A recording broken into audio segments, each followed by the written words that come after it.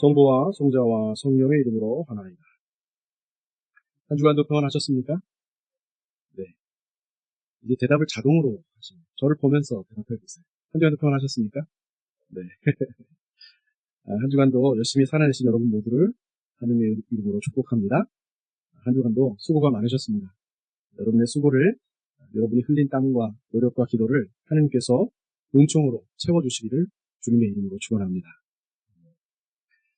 어제 우리 대한성공회의 가장 중요한 의회인 제35차 전국의회가 서울 주교자성당에서 있었습니다.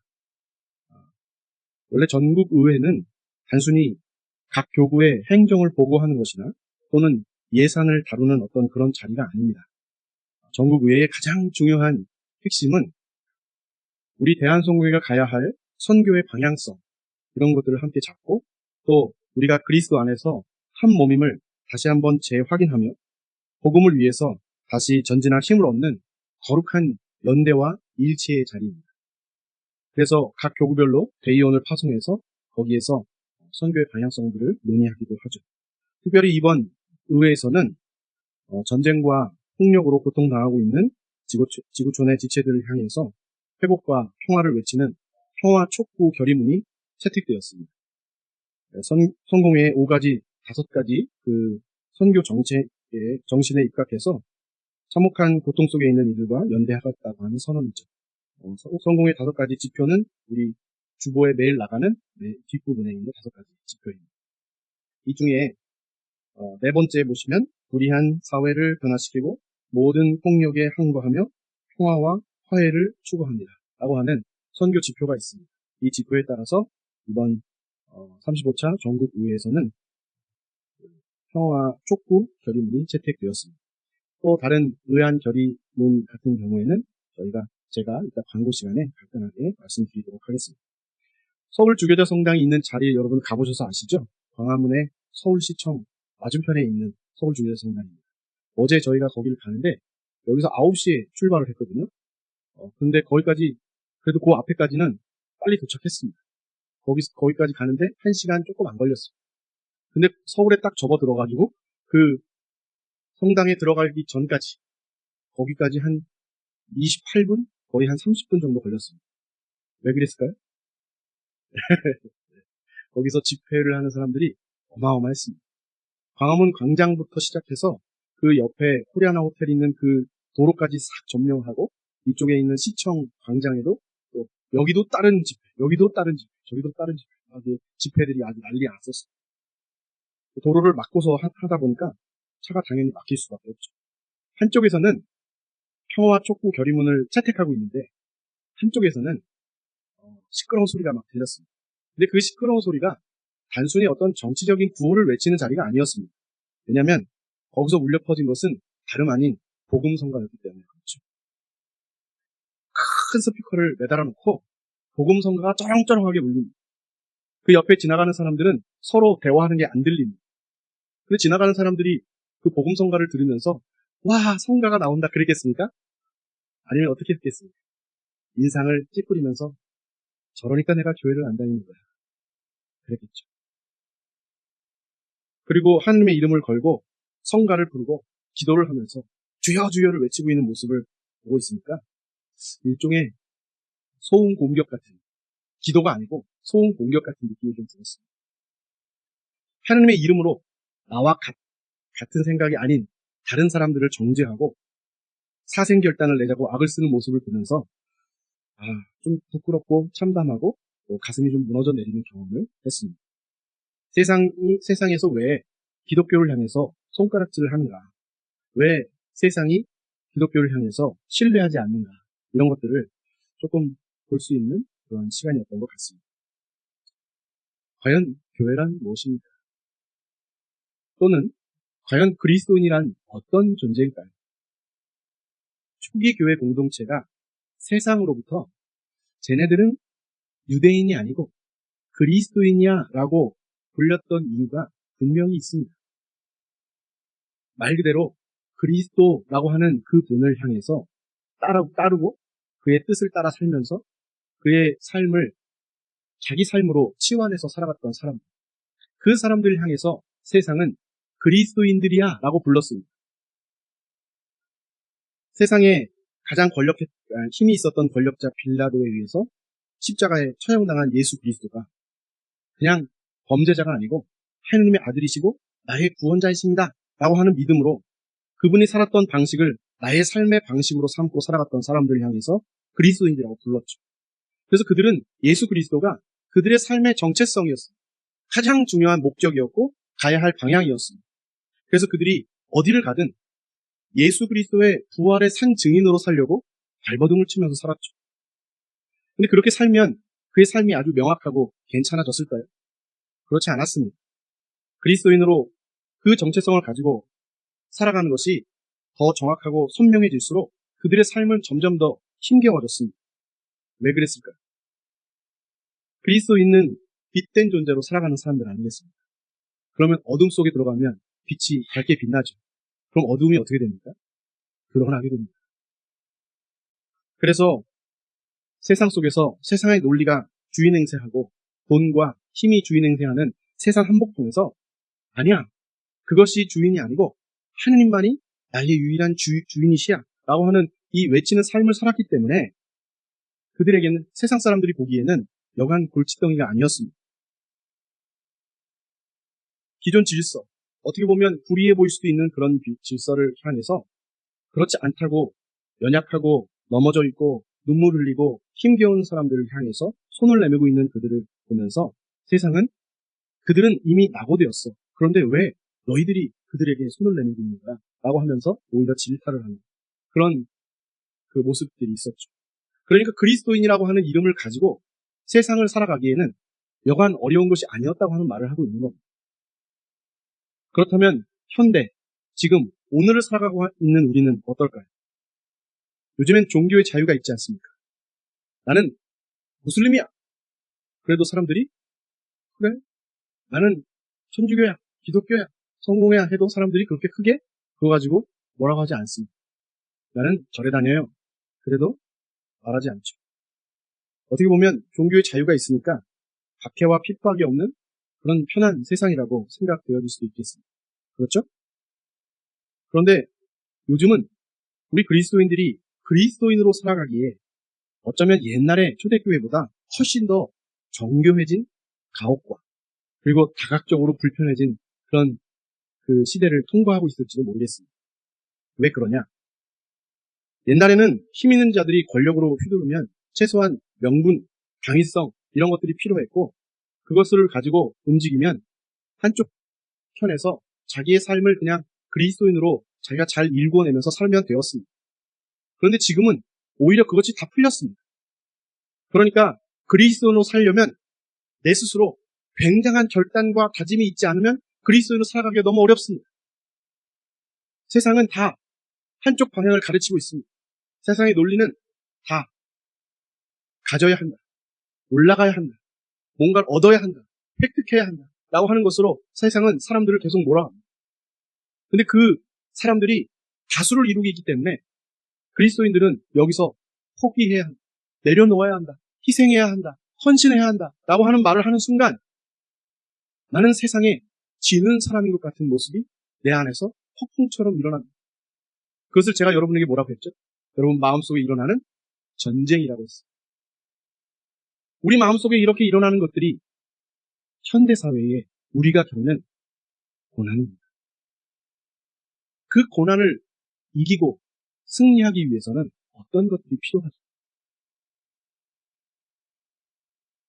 때로는 이 고난이 우리에게는 아무렇지도 않은 것처럼 여겨질 때도 있고 또는 이 고난에 굴복해서 오히려 저 세상의 논리처럼 따라가는 사람들을 한편으로는 부러워하기도 하고 또 따라가려고 노력하기도 하는 그런 모습들이 우리 안에 있죠. 우리의 목표나 희망이 다 저쪽에 있을 때가 많습니다. 얼마 전까지만 해도 초등학생들 보고 너는 꿈이 뭐니? 그러면 뭐라고 했는지 아세요? 초등학생들 보고 너는 꿈이 뭐니? 얼마 전까지만 해도 그런 걸 질문하면 그걸 나한테 왜 물어보세요? 꼰대예요? 이렇게 얘기한다고 하잖아요. 그 바로 직전까지 초등학생들한테 너는 꿈이 뭐니? 이렇게 물어보면 초등학생은 조물주 위에 있는 건물주예요. 이렇게 얘기했다.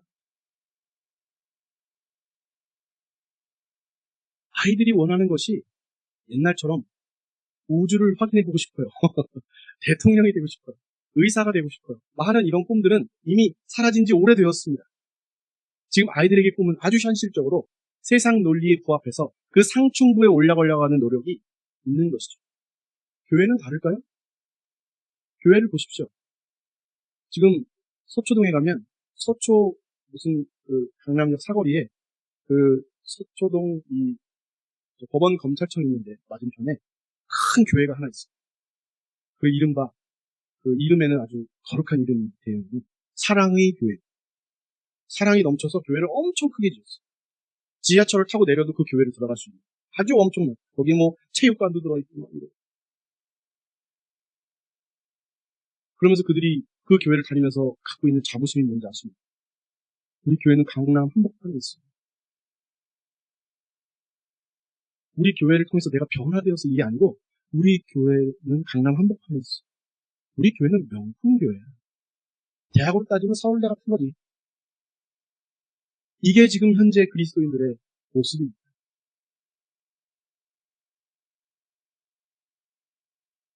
진리를 모를 때는요. 세상 돌아가는 방식이 다 그렇잖아요. 라고 말하는 것으로 치부할 수 있습니다. 그러나 예수님을 진정으로 만나고 나의 주님으로 고백하게 되면 세상의 논리가 명확하게 보이기 시작합니다. 주님이 우리에게 요구한 것이 무엇인지를 명확하게 알기 시작하죠. 내가 어떤 것을 위해서 손을 내밀어야 하고 어떤 것 때문에 희생을 해야 하며 어떤 봉사와 헌신으로 내가 삶을 살아가야 하는지 명확해집니다. 그때 분명히 내가 치러야 할 희생과 어려움과 땀과 눈물이 있다고 하는 것을 알게 되죠. 그럼에도 불구하고 주님이 나의 주님이시기 때문에 내가 그런 삶을 살겠습니다 라고 하며 살아가는 것은 우리에게 당연한 일이지만 세상이 너무 크다 보니까 거기서 계속 우리는 갈팡질팡하면서 살아갑니다. 주님으로 모시는, 진정으로 모시는 사람은 고통당하는 이들의 눈물이 옛날에는 안 보였는데 조금 지나니까 작게 보이고 더 주님을 믿게 되면 그 눈물이 크게 보입니다. 마음속에 계속 생각이 남습니다. 그가 왜 눈물을 흘리고 있었는가? 또 소외된 이들의 서러움이 마음에 남아서 자기가 편안한 것을 불편해합니다. 그런 삶으로 살아가게 하나님께서는 우리를 계속 그 어두운 모습들을 보게 하시죠. 그래서 세상 논리와 자신의 빈약한 믿음 사이에서 아무것도 할 수 없어서 그저 무릎 꿇고 하나님 앞에 하느님 제가 힘이 없으니 좀 도와주십시오. 나를 좀 불쌍히 여겨주셔서 내가 하나님 앞에서 하느님의 자녀로 살아갈 수 있도록 좀 도와주십시오. 라고 기도할 수밖에 없는 내 처지를 불쌍히 여기게 되는 것이 그리스도인들의 원래 모습이라고 하는 것이죠. 그런데 이런 것을 다 잃어버렸습니다. 어떻게 하면 그런 삶에서 벗어나서 진짜 참 그리스도인으로 살아갈 수 있을까요? 어떻게 하면 내 마음 한가운데 계신 그 주님을 명확히 알고 정말 세상 속에서 빛으로 살아갈 수 있을까요? 오늘 성서 말씀들은 이 괴롭고 답답한 상황 속에서 그 상황을 기쁨과 평안으로 바꾸시는 하나님을 만나볼 수 있습니다. 오늘 일독서의 주인공이 누구죠? 일독서의 주인공은 아브라함입니다. 아브라함은 당대에 하나님을 향한 믿음을 가지고 75세에 하란에서 하나님께서 가라! 라고 하는 말만 듣고 목적지가 어딘지 모른 채 그냥 발걸음을 옮겼던 그 믿음의 사람입니다. 그 사람이 그 발걸음을 옮긴 지 25년이 지났어요. 25년이 지나서 이제 그 가나안 한켠에서 나름대로 부를 이루고 살아가고 있었죠. 그래서 세상 사람들이 그 사람을 볼 때는 성공한 인생이야. 그래도 잘 판단한 것 같아. 빨리 이쪽으로 잘 갈아탔어. 이런 생각이 들 만큼 그렇게 살았던 사람입니다. 그런데 그 아브라함에게는 극복하지 못하는 치명적인 단점이 하나 있었어요. 그것이 무엇이냐면 바로 자식이 없었어요. 후대가 없었습니다. 그래서 더 무언가를 도모할 수 없는 사람이었어요. 고대에 자식이 없다는 말은 단순히 슬픔을 넘어서 하나님께 저주받은 인생이라고 손가락질 받던 사람들이었어요. 왜냐하면 자식은 해의 열매인데 내 노력으로 얻어지는 게 아니라 하나님께서 주셔야 얻는 그런 축복이기 때문에 그랬죠. 근데 그 축복을 아브라함은 못 누렸다는 겁니다. 그런데 발걸음을 뗀 지 25년이 지나서 그 25년 전에 하나님께서 내 발걸음을 띄게 하시면서 아브라함아, 네 자손을 하늘의 별과 같이 바다의 모래와 같이 내가 줄 거야. 그 약속 어음을 받아가지고 길을 떠났습니다. 근데 이 약속 어음이 돌아오질 않네. 1년, 2년 지나도 돌아오질 않습니다. 벌써 25년이 지났습니다. 그러던 어느 날 덥기 전에 열심히 일하고 한낮에 더우니까 그늘에서 이렇게 쉬고 있는데 어떤 나그네가 지나갑니다. 성경에는 하느님께서 지나갔다고 얘기하시죠. 그런데 그냥 하느님께서 지나가셔서 하느님인지 알아차렸다면 오히려 더 쉬웠을 텐데 아브라함은 고개를 들어서 보니까 야훼가 사람의 모습을 하고 지나가고 있었다고 하죠. 사람의 모습을 하고 있는데 아브라함은 그분들이 야훼의 종이라고 하는 것을 알아차립니다. 그래서 뛰어나가서 그들을 막 대접합니다. 가장 융숭하게 대접을 하죠. 마치 종처럼 대접을 합니다. 열심히 대접을 합니다. 그렇게 대접을 다 받았던 그 하느님께서 부인 사라가 어디 있냐고 묻습니다. 그리고 그 내년 봄, 그러니까 1년 뒤에 그 3살이 도단할 무렵에 내가 틀림없이 너를 찾아오는데 그때 내 아내 사라는 이미 아들을 낳았을 것이다. 이렇게 예언을 합니다. 이 말을 누가 듣고 있었죠? 사라가 듣고 있었어요. 자기 천막에서 무슨 말? 막 이렇게 듣고 있었어요. 그랬더니 아기를 낳는다는 겁니다. 얼마나 기가 막힙니다. 지금 이 사람 나이가 몇 살이에요? 89세입니다. 89세. 아브라함 나이는 99세입니다. 그러니까 이 말을 딱 듣는 순간 사라는 속으로 웃었다. 이렇게 되어 있어요. 웃었다. 속으로 웃었어요. 겉으로 웃는 것도 아니고 속으로 웃었어요. 이 히브리어 원문을 보면 이 웃음은 원래 웃음이라고 표현하는 그 언어와 다른 언어입니다. 이거는 부정적인 웃음입니다. 그러니까 비웃음이 되는 것이죠. 그것도 겉으로 비웃었다고요? 아니, 속으로. 아무도 눈치 못 채게 속으로 비웃었습니다. 말도 안 되는 소리 하고 있어. 내가 지금 몇 살인데 지금. 이 얘기를 창세기 18장 12절 이렇게 하고 있습니다. 사라는 속으로 웃으며 내가 이렇게 늙었고 내 남편도 다 늙었는데 이제 무슨 낙을 다시 보랴 하며 중얼거렸다. 이렇게 합니다. 참 믿음 없죠. 여러분 이렇게 생각하십니까? 진짜 사라가 믿음이 없습니다. 여러분 누구라도 이렇게 하지 않겠습니까? 지금 여러분에게 갑자기 하나님의 사자가 나타나서 또 막둥이 생길 거야. 그러면 여러분 속으로 웃지 않아. 겉으로 웃을 분들이 더 많지 않겠습니까? 하늘을 봐야 별을 따지고 이러면서. 그렇지 않겠습니까? 즉 그러고 있는 겁니다. 이때 아브라함의 나이는 99세였고 사라는 89세였습니다. 생물학적으로는 불가능한 나이입니다. 하나님께서 처음 자녀를 주신다고 하셨을 때가 벌써 그 시간이 지난 지가 25년이 지났습니다.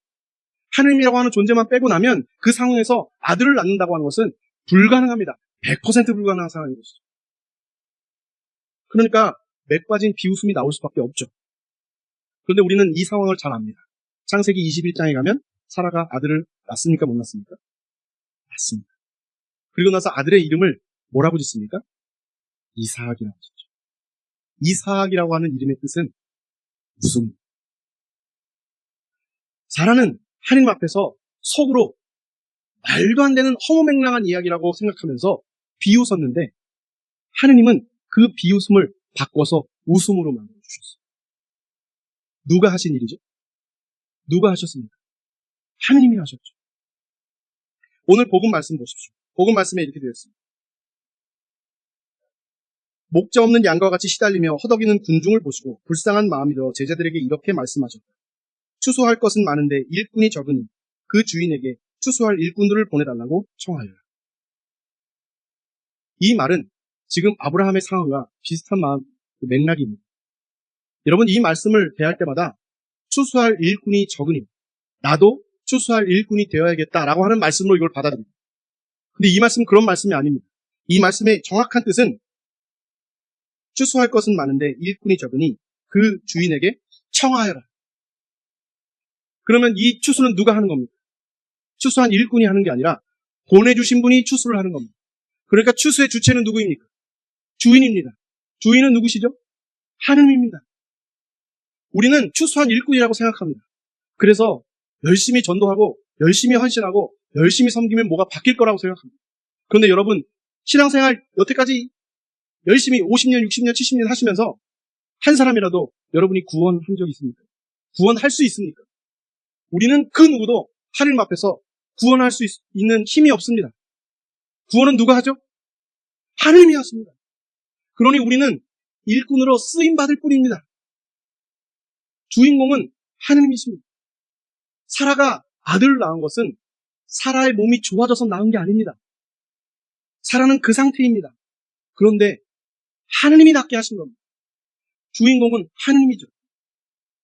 우리가 그리스도인으로 살아가면서 그리스도인답지 못하게 살아가는 삶은 그 첫걸음에 하나님을 체험한 마음이 없기 때문에 그렇습니다.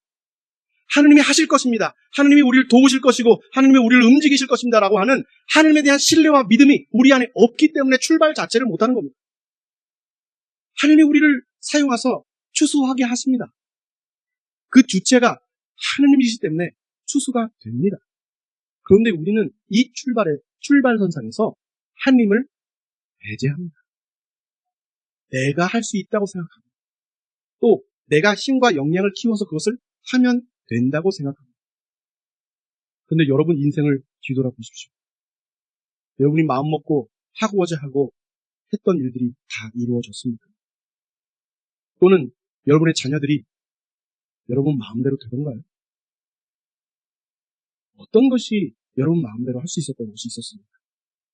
오히려 뒤돌아보면 주님이 은총이 아니었으면 내 24시간 한순간도 내가 제대로 살 수가 없었구나라고 하는 고백밖에 할 수가 없게 되는 거 아니겠습니까?